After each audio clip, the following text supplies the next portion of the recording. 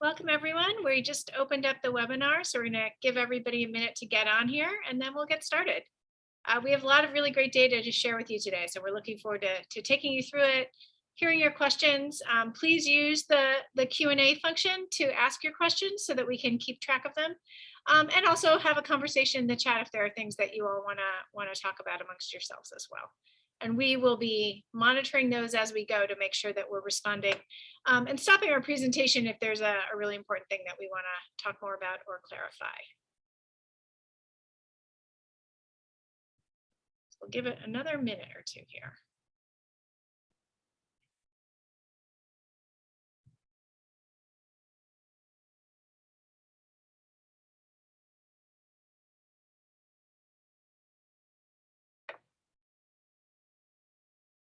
All right, well, let's get underway. I've seen our numbers tick up here, so we have a good critical mass of people. My name is Carrie Shum. I'm an executive vice president here at Hattaway Communications, and we've been working with the Rockefeller Foundation since last August, so about 15 months, doing these surveys. So this is our fifth wave of a survey of the general public to ask about COVID response, their attitudes and behaviors around all of the things that we've been asking people to do over the last year and a half. And what's interesting is that we see lots of trends, we see lots of things that we've been tracking over that time. And then in every wave, we have a focus on something that we know is top of mind. And so for this wave, the focus really was on school reentry. What were people's feelings about mandates and other things that are going on in schools? So if we can go to the next slide. We're going to spend a few minutes going through some of the key tracking questions, some of those things that we have asked on each and every of the 5 waves, then do that deep dive on school awareness, insights, and attitudes, talk about testing. Our focus for the last wave really was a deep dive on testing, so we have some things that we've looked at there. And then finally, my colleague Nina Chung is going to take through some messaging implications. We tested a wide-ranging set of messages about some things that have been top of mind for you as you've been talking to the public, and we're going to take you through that data. So a quick overview of our methodology. As I mentioned, this is our 5th wave. So we've been doing them since August of 2020, roughly every 3 months or so, and roughly the same group of slightly over 1,000 US adults in each one. And for everyone, we do oversamples of Black, Latino, and frontline workers to make sure that we're really getting a real insight from each of those important subpopulations. Go to the next slide. The big takeaways for this wave is that September is feeling a lot more like February than May. So the percent of adults who feel that it's a very big problem has increased substantially, not just a big problem nationally, but for themselves personally in their community, and even more starkly in their community. And then people are concerned about getting infected themselves. It is not as sharp an increase as these more wide-ranging fears. And probably that is because people have reverted to those personally protective behaviors that we saw back last fall, back in February, that dropped a bit in May. And now people sort of resuscitated their COVID protection mechanisms and started doing all those things again. So I'm going to take you through some of these numbers so you can see exactly where we drew these conclusions from. You can go to the next slide. So this is people asked about their community. We asked these questions a number of different ways. So the questions about how well do you think it's contained? Back in May, people were feeling pretty good. Only about a quarter of people felt that their community didn't have it under control. That's dropped by a pretty significant figure here. So we've gone from about 75% to back down to around 50. So people are seeing and feeling it as they go about their day-to-day lives. If you can go to the next slide. And then more broadly, when you say in general, are we in the right track or the wrong track? That very traditional sort of finger on the pulse question. And we see people really feeling that things have gone off track. Most people were feeling like we were on the upswing back in May, and now we've taken a big dip back down as we got to September.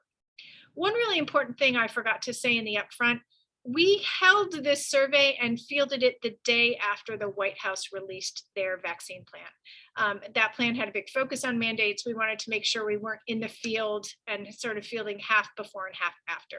So this was really dropped the day after President Biden came out with that plan.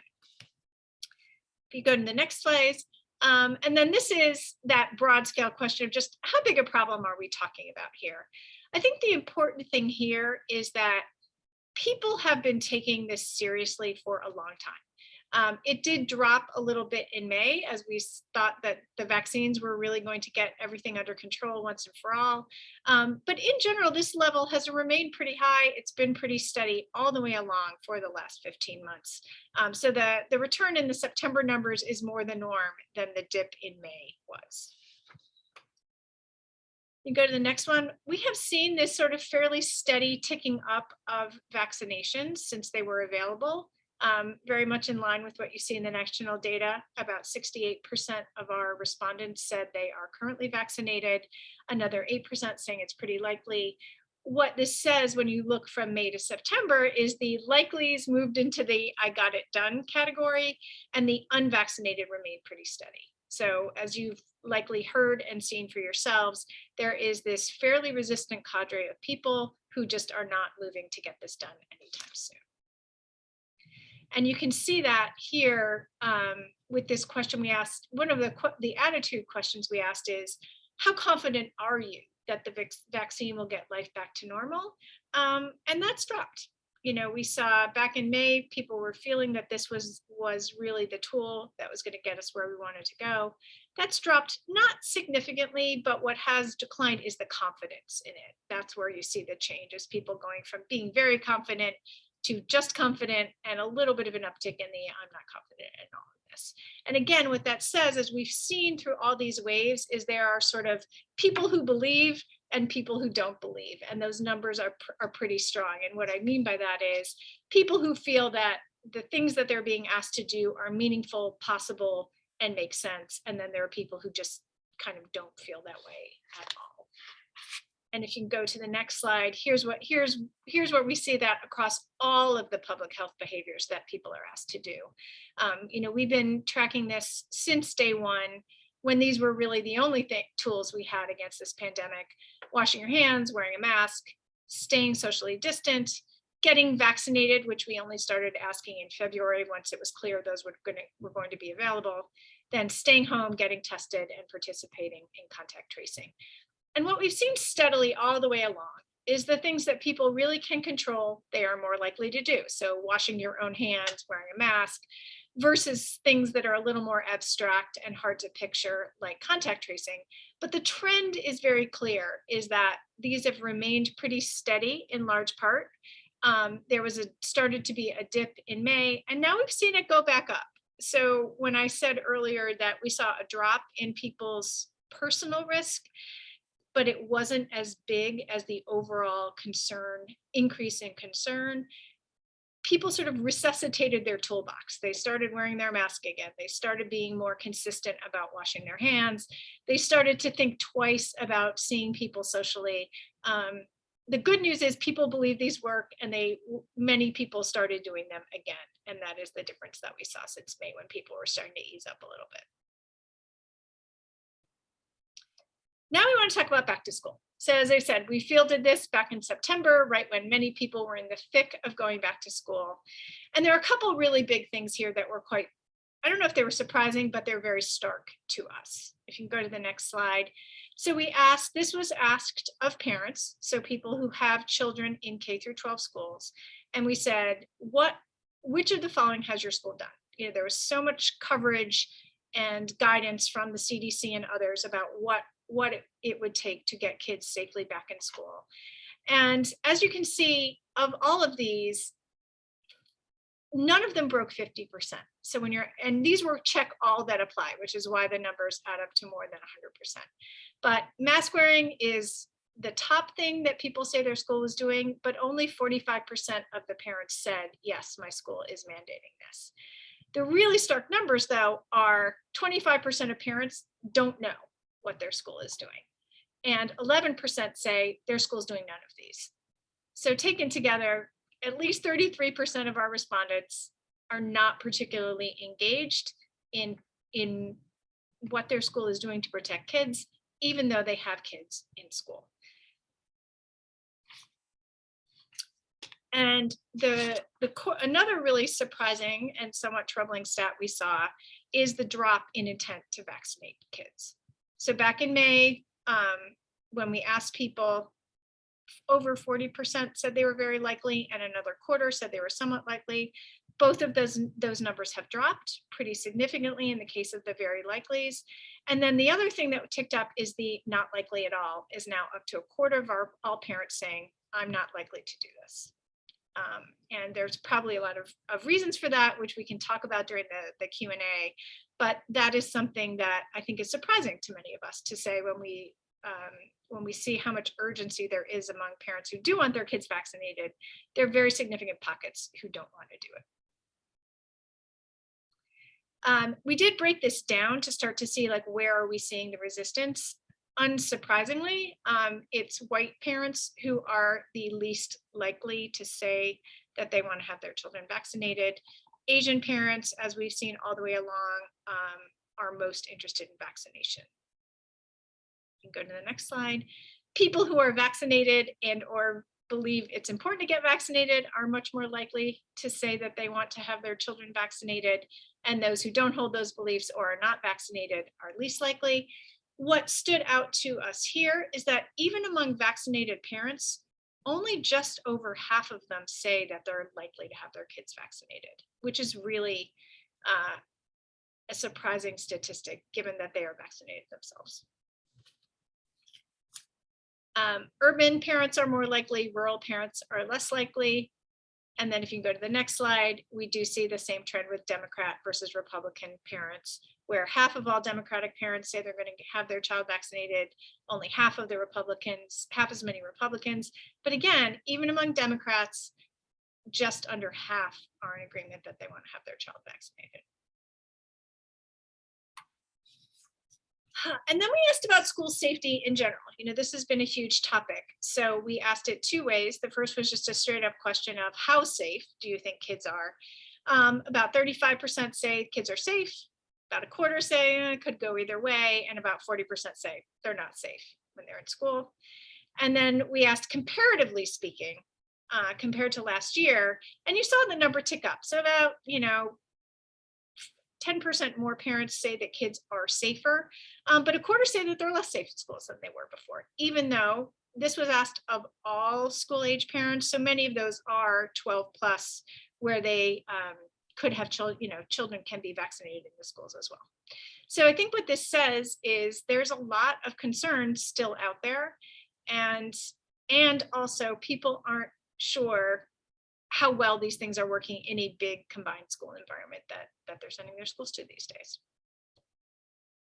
Go to the next one. And then again, similar to the questions we asked about vaccination, we broke this down by some key demographics. There's not huge differences among these populations. You'll see that Asian parents, again, more likely to say that kids are generally safe or sort of in the middle, and the white parents are a little bit less so, but nothing jumped out at us, except for that the Black parents were more likely to say not at all safe. So they're a little more on sort of the ends of the spectrum than some of the other parents. Again, we looked at political differences. Unsurprisingly, Republican parents are more likely to say kids are safe.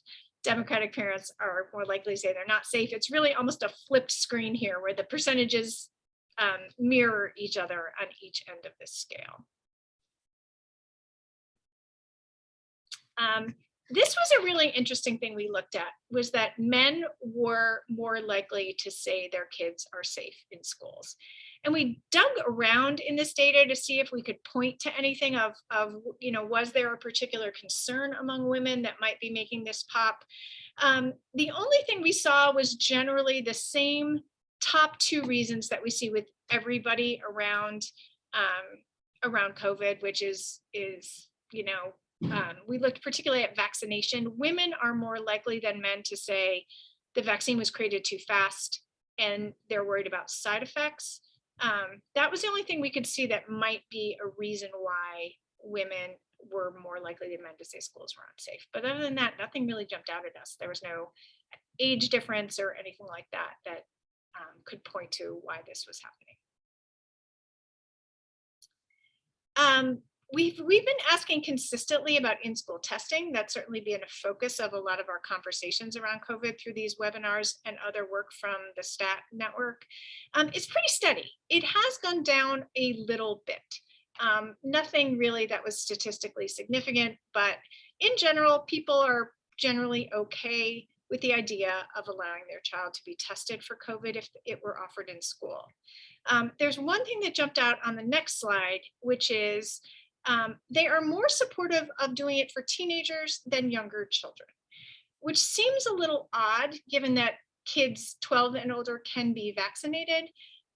Our guess is that this is likely just younger children having a healthcare professional interacting with them in school just might feel a little more uncomfortable. Again, it's not a huge number, but something that did jump out at us, given that those older kids can be vaccinated, you might think it would be less important for them to be tested.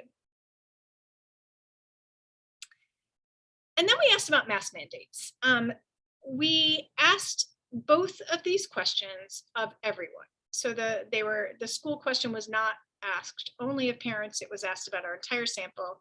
When you give people sort of the straight read on schools and you say, should schools mandate that everyone wear masks, or is it a personal choice? About 2/3 of people say, yes, schools should be able to mandate this. When we asked about mandates more broadly and talked about work or school, getting on a plane, attending a concert or sporting event, that's where people started to feel a little less sure of it. So less agreement with more broad mask mandates, but in general, 2/3 of all adults agreeing that schools should be able to mandate masks for kids and for everyone, kids and teachers and staff in schools. Go to the next one. And then we asked about parents just to see if there was, were parents driving it. It's really about the same as the general population.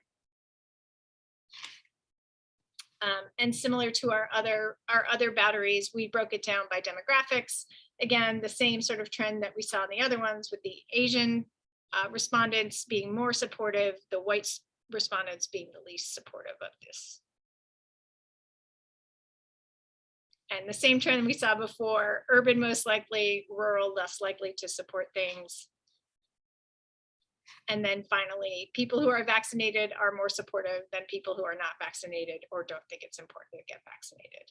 I think that's something that we've seen very consistently in all the waves of this survey, is that the trends follow each other. The numbers may shift here and there, but the assumptions we have are being borne out. There's nothing that sort of shows up in surprising ways about who's doing what. And that goes to that question, that point I made earlier of sort of behaviors travel together. The vaccinated people are also doing everything else, and in general are more supportive of things for their kids or in the workplace than people who are not. And bearing this out, the same issue that we've seen with political affiliation with this question as well. So I want to stop there for a minute and just pause, because that was a huge amount of data and screens and graphs that we just shared with you. If there's any really urgent questions that people want to ask, we're happy to take them here, or we can keep going and talk about our data on testing and then get to our messaging. Actually, yeah, Carrie, we do have one question in the Q&A here by Phoebe Olhava. I'll read it to you. Could the safety question be interpreted that parents think kids are safe even if they get infected? Young kids won't get severe disease, so there isn't as much concern about lowering the risk of an infection. Maybe concern about stopping kids from getting infected was more so a concern about stopping kids from infecting adults, and now they don't think kids are going to be vectors to transmit. Yeah, I think that's probably it. There has been so much coverage of kids are at lesser risk. And I do think, going back to what we see on the vaccine question, people are concerned about side effects. It's the number 1 or 2 concern of everyone. So the idea of, you have a young child, you want them back in school, you don't want them to be sick, and you're hearing about all of these side effects. I think those 2 things taken together are probably why most people think kids are pretty safe, and then why they're also hesitant to, or less likely to be saying, I'm going to get my kid vaccinated. Okay, we'll take one more question here since it's an interesting one.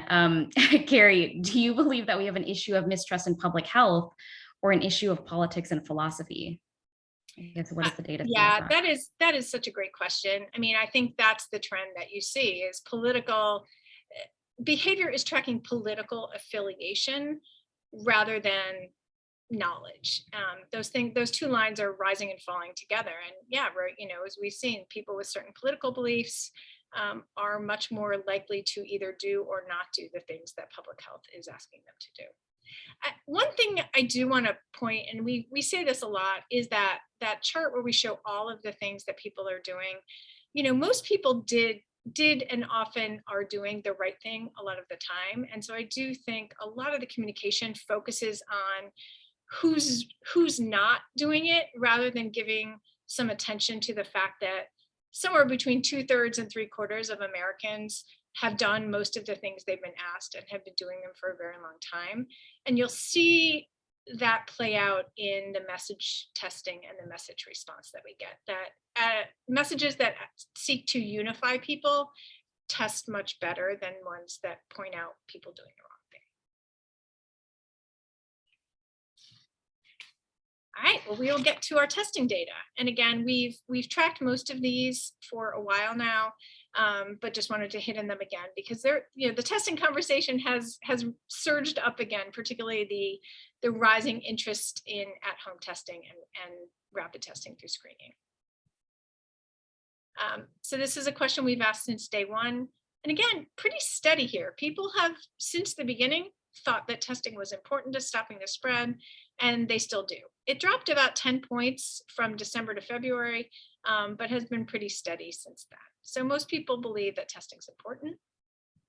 And then we ask a couple different ways about their own likelihood. So we give a kind of clean read of how likely would you personally be able to do it. And again, just over half say they're very likely, but another quarter say they're somewhat likely. So again, that 2/3 to 3/4 of people saying, yep, if I were offered, I would probably do it.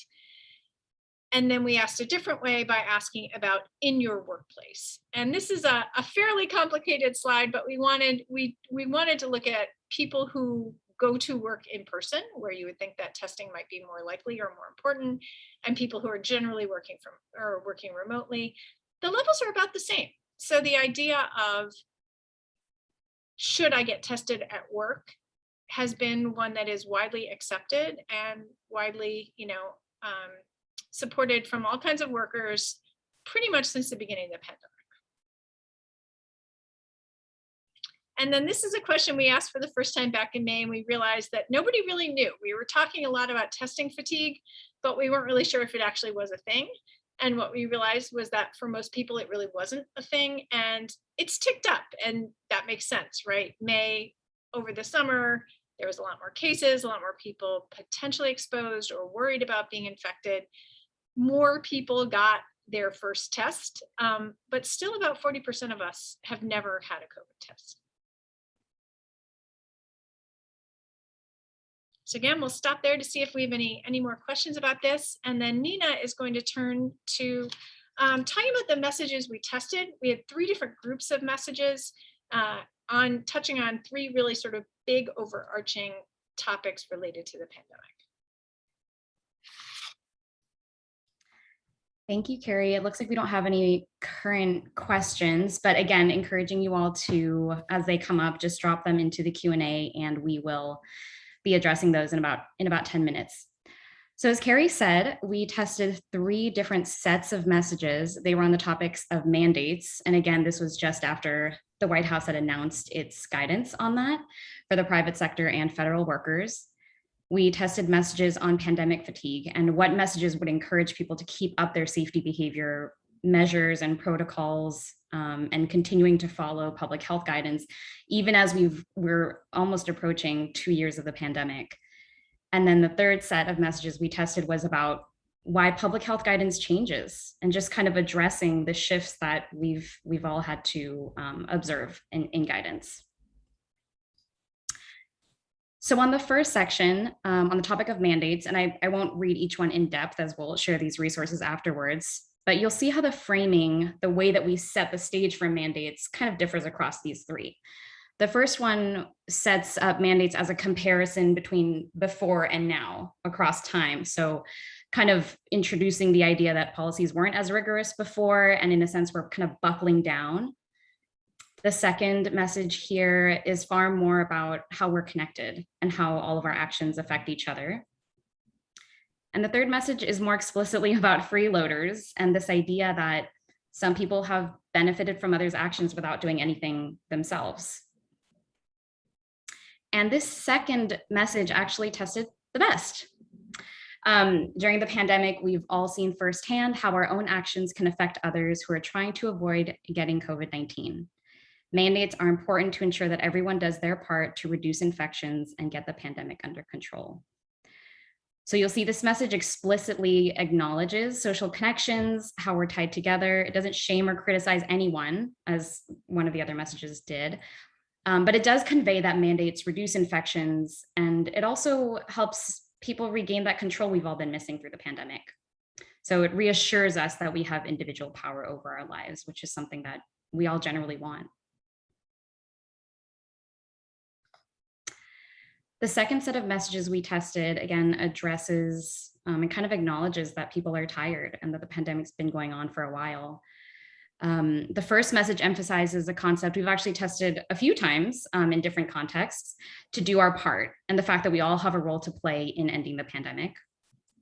The second message is not too different, but does get a little bit more into the weeds about what public health measures are and is a little less community oriented. And we also had one explicitly addressing isolation or the sense of being alone that people have experienced. And the last one definitely saying, don't stop now, just loud and clear. And the first message tested the best. We can end this pandemic if we can all come together and do our part. Getting vaccinated and supporting public health guidance like mask wearing are powerful actions you can take that will help to end this pandemic at last. So this message is short, but it has lasting power, as we've seen through the waves of our survey series. It gets straight to our shared aspiration that we end the pandemic together. It reminds people that they have powerful choices and individual power in changing the course of the pandemic, but there's no sense of a must, no idea of an ultimatum here, which we have tested before and just consistently test pretty negatively. And you'll also notice that this message hints at social proof and this idea that there is social momentum for something, that there are other people also joining the cause, and that the reader or listener is part of something bigger than themselves. And lastly, we tested how people respond to messages about public health and public health departments and changing guidance. Two messages in this section surfaced as really successful and interestingly, they also work really well together. The first message, we learn more every day, focuses on public health's aspirational goal of keeping communities safe. And then the third one here kind of talks, actually this one is the one that keeps communities front and center, and also kind of presents a storyline within which public health departments play an active role. And then the first one, we learn more every day, elaborates on how public health departments do it and kind of is more vivid on a day-to-day picture of their work. So we'll go through this first one.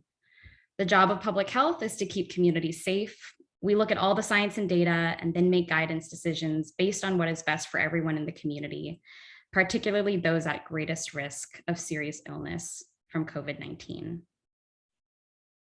So this addresses a pretty basic human need, drawing on Maslow's hierarchy of needs. It highlights that specific evidence makes public health guidance credible and trustworthy. So we're appealing here to people's appreciation for facts without saying that outright.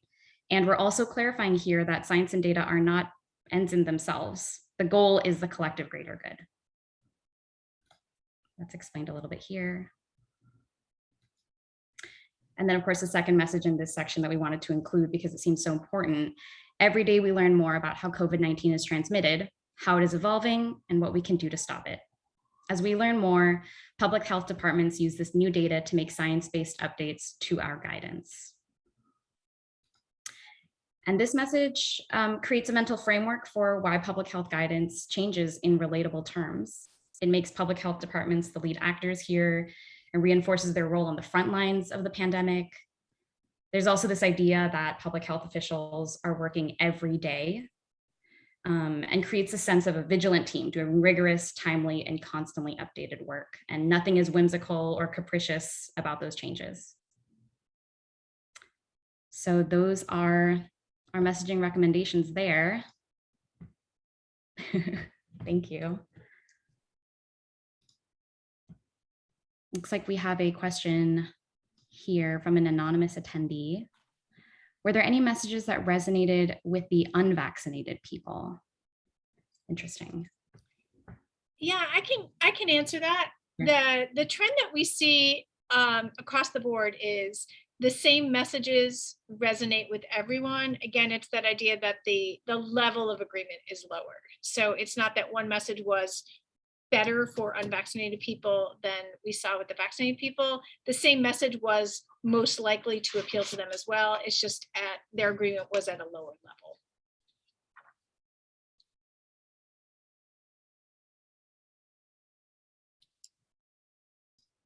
Are there any other questions that are surfacing? I guess I can jumpstart the questions while we wait for the audience to kick in.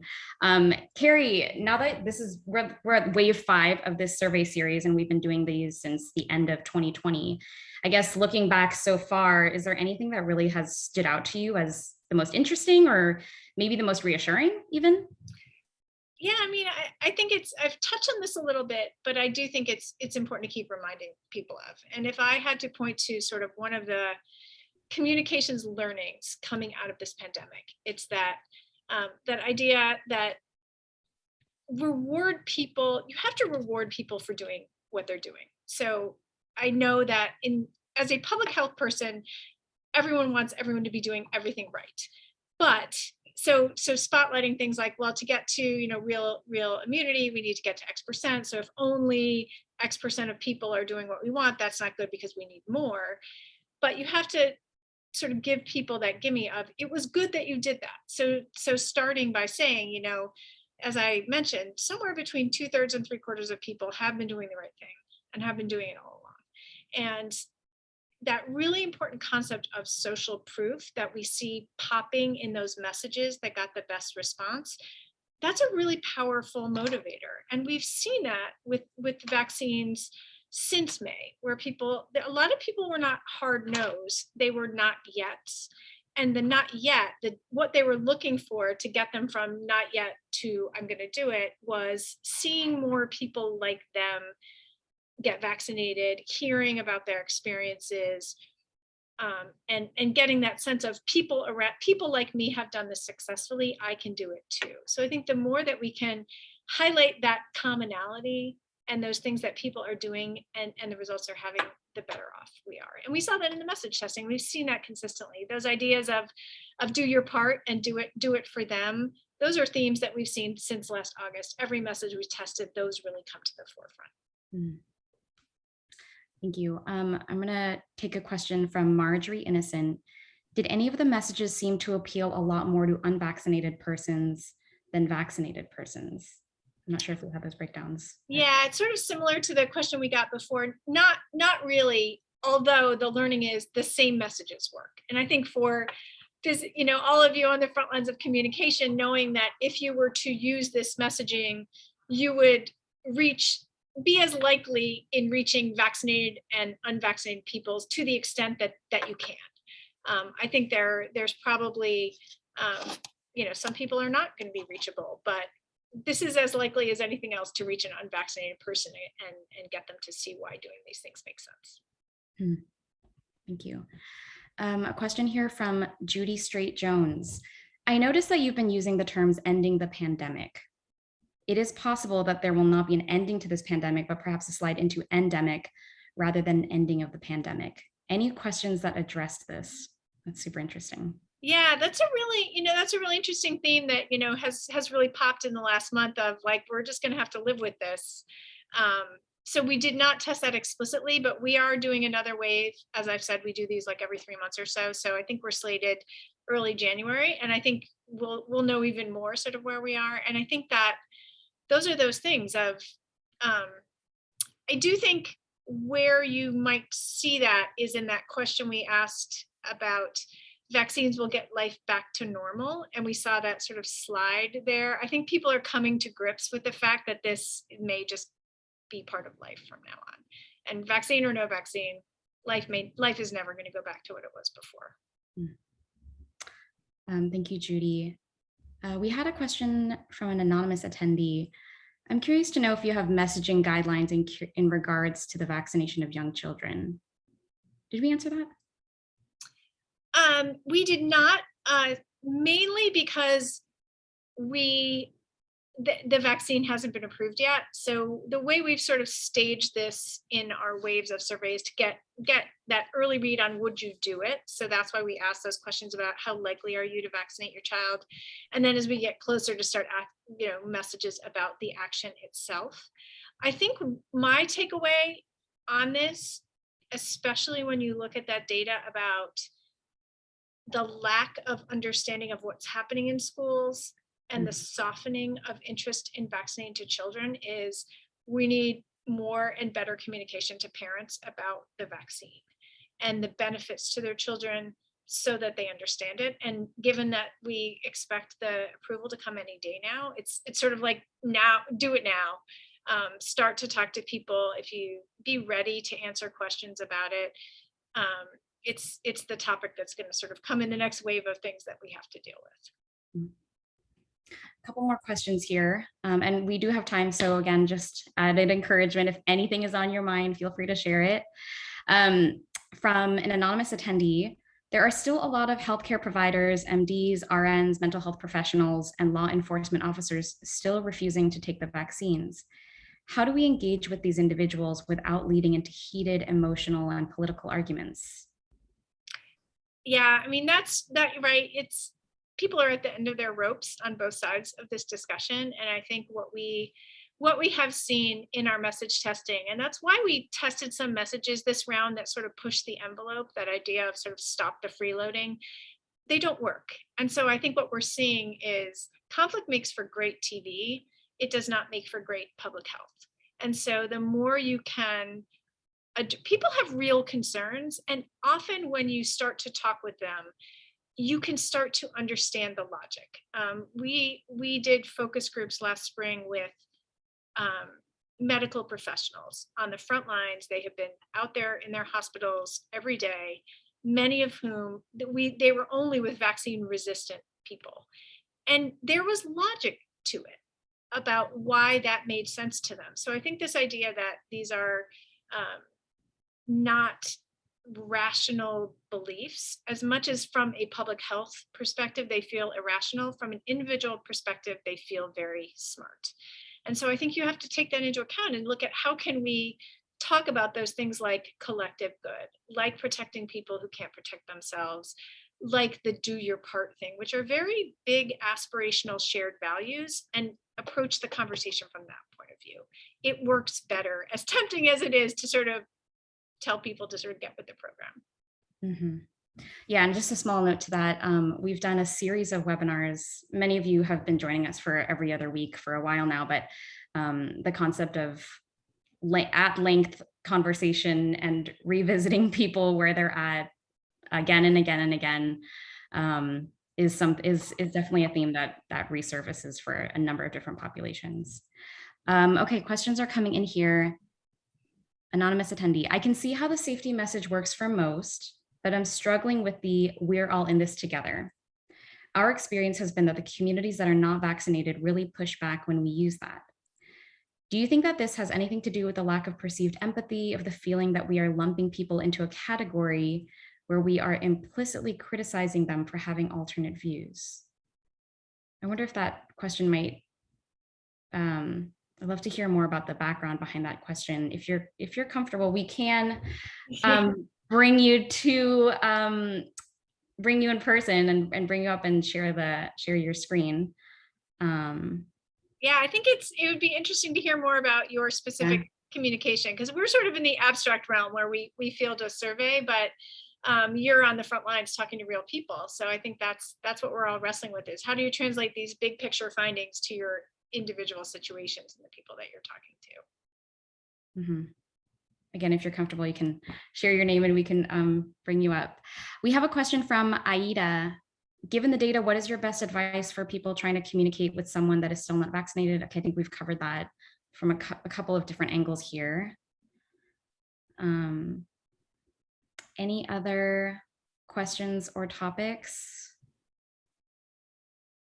Yeah, I think I'm interested if people, the reason we asked about changing guidance is we've heard that as a barrier, that people say, you public health, some variation of, you public health people are so smart. If you're so smart, how come you're constantly telling me to do something different? Mm-hmm. And we wanted to create a rationale for that. And it seemed to work pretty well, that people understand that when it's explained in those sort of very plain language terms, when it's framed around protecting those most vulnerable, and that we are using science and data to make good recommendations for people. So I'm interested, have you all tried anything like that, or does that seem like a better way to talk to the people who are asking you those questions?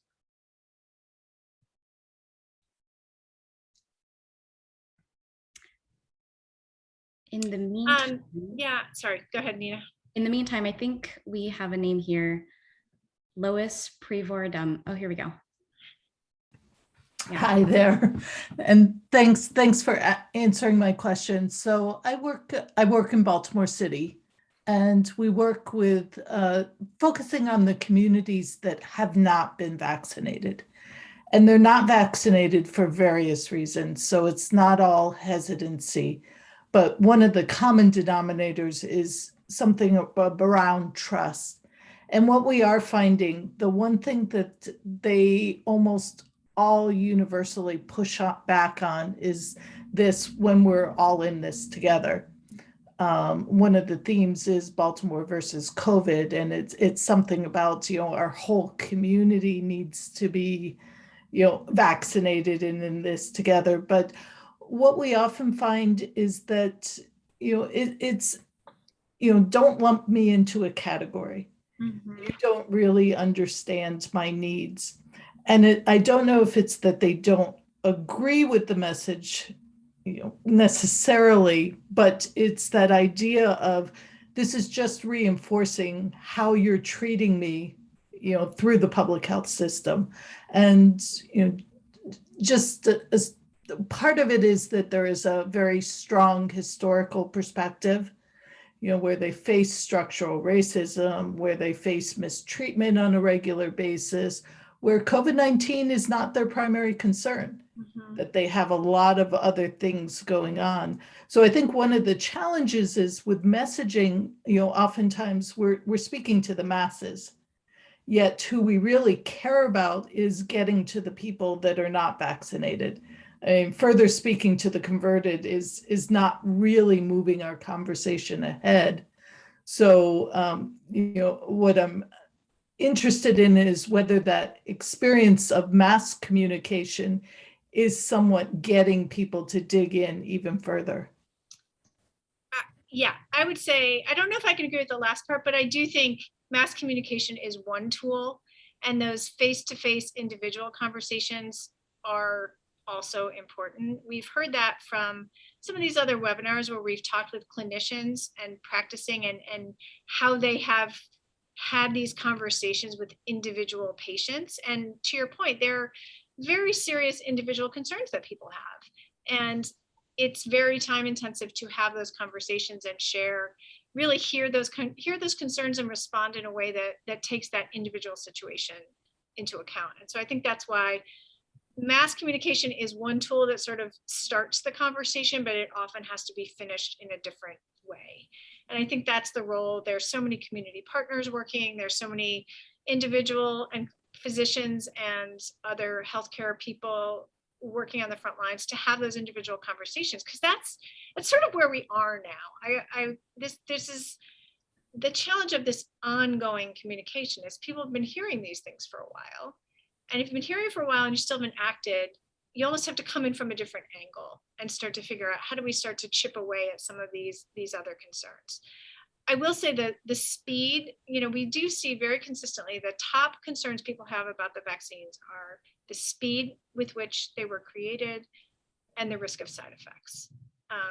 Followed pretty closely by, I don't know that I really need this. So it's that perceived individual risk or perceived benefit of the vaccine. So I feel like, I don't know if you've got individual, like people, you said they have other concerns. So like, this isn't my top concern. I've got enough to worry about.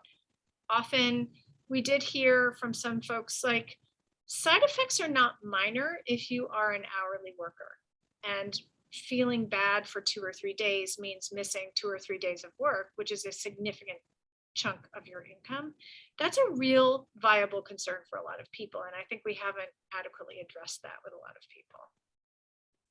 And so just one follow-up question, and it's something that I don't know if you're able to do in your research, but I think what I actually find most interesting are people that are somewhat in the middle, but closer to the hesitant end. You know, what types of understanding a little bit better what actually resonates, what can, you know, serve the purpose of still reinforcing the vaccine for the majority of people, but get a little bit closer to people that maybe have very different needs. And, you know, because I think the people that are going to get vaccines are going to get vaccines no matter what, you know, we say. Yeah. And our real challenge is to be able to bring in those people that are uncertain, that, you know, just need that little nudge to get over the edge. Mm-hmm. And oftentimes, you know, in the research, you're seeing a combination of everybody out there. So being able to parse out what really works can be difficult. Well, and I think that's also where some of these other public health tools come in. Can you, especially when you look at things like mask wearing, hand washing, consistent screening, testing, particularly the first two, they make you feel in control. If I'm, you know, reinforcing the value of those things, they're not exactly where we want people to get, but reinforcing that those are actually really matter and they work really well for lots of people, can start to put them back in the picture. And, you know, none of us have a great sense of control over the trajectory of our lives right now. And that's why we see those things feeling more comfortable sometimes, or feeling more like they're going to work more. You know, I'm thinking back to one of our interviews. We had a guy who was an emergency room nurse, and he was fairly adamant that he was not going to get the vaccine. Because he felt he'd been protecting himself with thousands of emergency room patients at that point for nearly a year. And he said, what I'm doing works, and I don't want to like upset the apple cart. I don't want to risk this thing I've got going. He said, you know, how he gowned and how he protected himself and what he did in the ER, and then what his routine was leaving the ER before he got home, how he was protecting his family. That felt like something really important to him, those rituals and those structures that he had put in place. And he didn't want to get a vaccine, possibly have side effects. He didn't want to give up those things either. So I think that's where this full spectrum of public health really can rise to the top and say, I know you're not ready for this yet, but let's talk about why doing these things still, that idea of pandemic fatigue and the messages we tested there, can be a nice way for you to continue the conversation and also reinforce stuff that does work.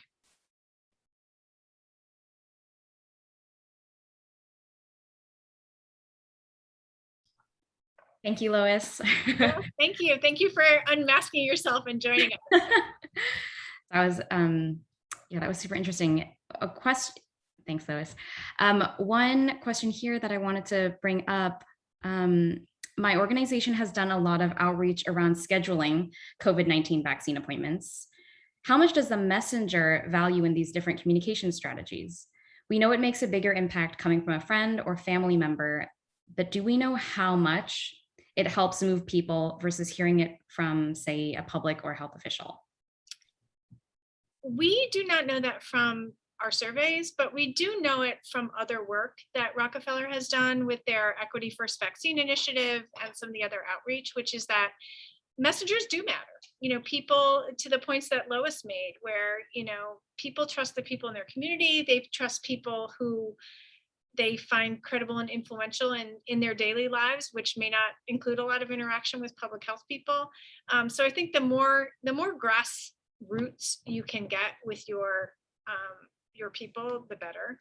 We had someone on one of our webinars from a clinic in West Philly where they actually took down their scheduling website and started phone banking and doing community outreach and filled up all their appointments right away. And they had tons of appointments when they were relying on the web, and they got them all filled when they took that really grassroots, boots on the ground approach.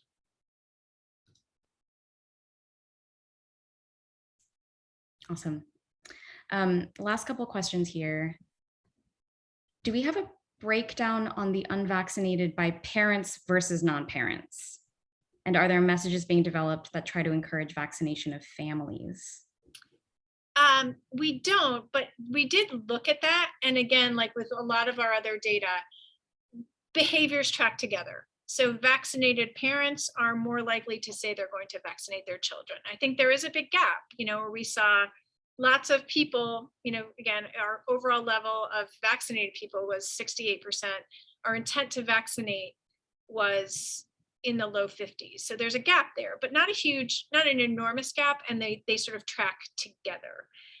There was another study that we did with a group called Generation Lab that Rockefeller supported, and they asked a lot of the same questions, and they did also see that it seemed to track together. When there was a vaccinated parent who was not in favor of the vaccination for their child, again, the main reason seemed to be those same things. I'm not sure it's been tested enough to give to my child, or I'm worried about the side effects to my child. Those are the top two concerns across the board with everybody on everything that we looked at.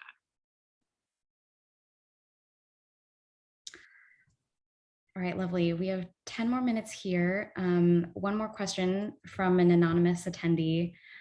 Should we do messaging about other immunizations children must receive and that is required before attending school? Would that help convince parents? It's such a good question. I've seen that just in my general, being on top of this issue. I've seen people try to raise that.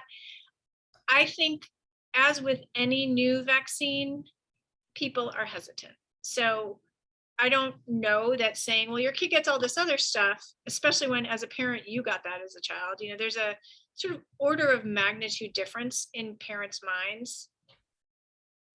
I'm not drawing from this. I don't want to say that we tested this in this survey, but from other work I've done on vaccination. Old vaccines, so to speak, the ones I had, the ones that have been around for a long time, those feel okay, but these newer ones, I'm not really sure what they're protecting against. Let me see how that plays out. So I think that's what plays into it. I don't know how useful that would be, but I have seen it come up, and that's certainly something else that we could look at in our next wave of the survey. Especially given the point that someone raised, that this is going to become, even as we get out of the pandemic, it's going to become endemic. So this issue of how do we convince parents to add this to other routine vaccines when kids already get a number of vaccines is going to be an ongoing issue for sure. Thanks, Carrie. We also have an attendee that has just raised their hand, so maybe we can bring them up to the fore. Arundi. 1 second. Okay, in the meantime, have you tested messaging to address or allay these specific top level fears, i.e. the development being too fast and side effects? We have not in this wave. We've asked about that in our focus groups, which the last group was last spring, and it really did seem to be like a time issue. I want to see how this played out. They were made too fast. I'm going to wait and I'm going to see what happens. So time is sort of the great healer on that one. You could argue that how many 6 billion doses have been given, and that there's been plenty of time to study that given what's going on. As somebody said, I think that the recalcitrant people are sort of dug in at this point.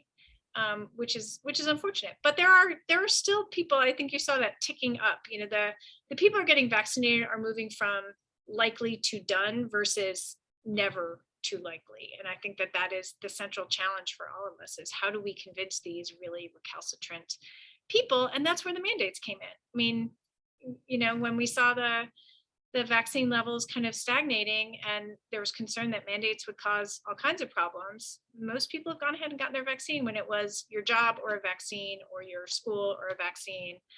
Most people, that was the final push that they needed. And again, that's the role of this whole suite of public health tools that are available to us. Okay, some detail from Arundi here, having some microphone issues, but we have started some well child PSAs. They did this last year too. This year they're using PSAs to prime the pump for kids aged 5 to 11. It's interesting. Can you tell us more about that? And I realize you have to text us. Oh, there you go. All right. Looks like they've shared a link. Not sure if they're ready to come up and show their face or if the tech is working out on that front. Okay, one other question. There has been information being put out about a pill vaccine possibility. I have come across people who say they would rather wait for a pill than take a shot. In your surveys, has this come up? We have not done that. I do know, I was just reading something about how much we've underestimated the fear of needles, and that fear of needles is a real fear for a lot of people and a huge barrier for a lot of people. So I had not seen that about a pill vaccine, but that is definitely one way to overcome what we know is a pretty significant barrier for a lot of people. All right.